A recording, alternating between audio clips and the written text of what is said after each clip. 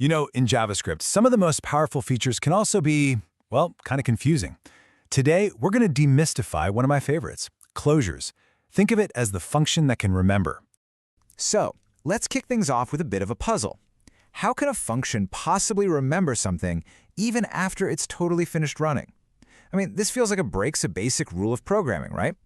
But, as you're about to see, it's actually a core feature of JavaScript.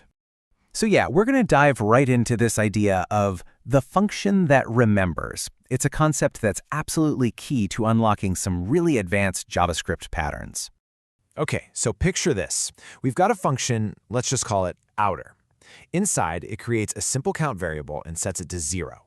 But here's the twist. Instead of returning a value, it returns a whole new function, which we'll call inner. And the only job of this inner function is to reach back and increase that original count. And this is where the magic happens. We call that inner function, let's say we've named it counter. The first time, boom, we get 1. The second time, we get 2. A third time, 3. But hold on a minute. The outer function that created that count variable, it's already run and finished. It's gone. So how in the world does counter still have access to it? How does it remember the number? The answer to this whole mystery? It's one word, closure. And no, it's not some weird bug. It's a fundamental, powerful feature of the language. So what exactly is it? A closure is basically formed when an inner function, like our counter, closes over the variables from its parent function. It's like the inner function gets its own private little backpack. And inside that backpack are all the variables from its parent. It carries that backpack around everywhere it goes, even after the parent function that packed it is long gone. That backpack, that's the closure. Okay, so that's the theory, right? But let's see how this stuff actually works in the real world, out in the wild. We'll start with something you see every day, maintaining state. Just think about any like button you've ever clicked. Every single time you click it, the count goes up. It doesn't just reset to 1. That button's function has to remember the current number of likes. Well, a closure is absolutely perfect for this. We can write a createCounter function that holds onto a private likes variable in its memory and then returns a function whose only job is to increment that number. So we use our factory to make a like button function. The first time we call it, click. The likes variable tucked away inside its closure goes from 0 to 1. Click it a second time, it remembers that 1, adds to it, and now we're at 2. And a third time, it remembers the 2 and bumps it up to 3. See? That likes variable is kept alive and totally private inside the closure, letting our function maintain its state across every single call. You know, this whole thing brings us to another huge benefit of closures, the power of privacy. Programmers call this concept encapsulation, and it's all about protecting your data. With closures, we can create variables that are totally locked away, completely untouchable from the outside world. Imagine a function that creates a new user object. It can store a password inside its scope, but only return an object with a public method, something like checkPassword. The password itself stays hidden away. And this shows you exactly why that's so powerful. Look, if you try to just grab user.password directly, nope, you get nothing. It's undefined, completely hidden and protected within the closure. But if you use the checkPassword method that we did expose, it can get inside its own little backpack, access the internal password variable, and tell you if your guess is correct.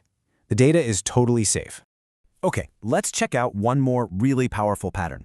We can actually use closures to build what are called function factories. Basically, a function whose entire job is to create other, more specialized functions. Check out this factory called multiply by. It takes one number, let's call it x, and what does it do? It spits out a brand new function from its own little assembly line. This new function is pre-configured to take a second number, y, and multiply it by that original x that the factory has locked into its memory. So now we can put our factory to work. We'll create a new function called double by calling multiply by 2. And just like that, we have a brand new custom-built function.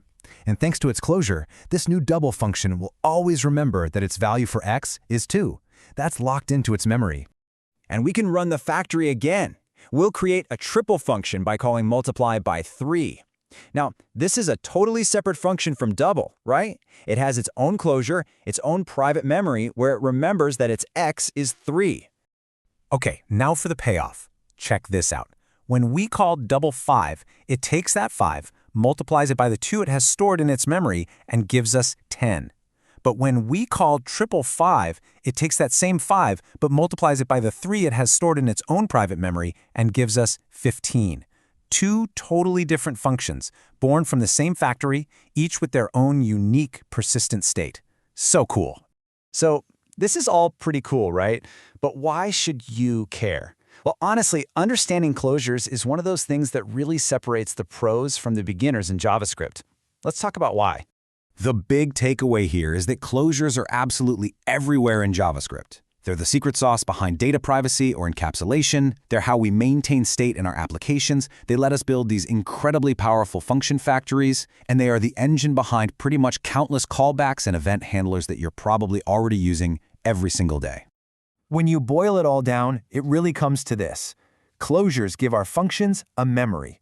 They let a function hold on to its environment, its own little world of data, which is the key to managing state, creating private variables, and just writing cleaner, more powerful code. So that leaves me with one final question for you. Now that you know what to look for, a function defined inside another function, where are closures already at work, hiding in plain sight in your own code? Go take a look. You might be surprised.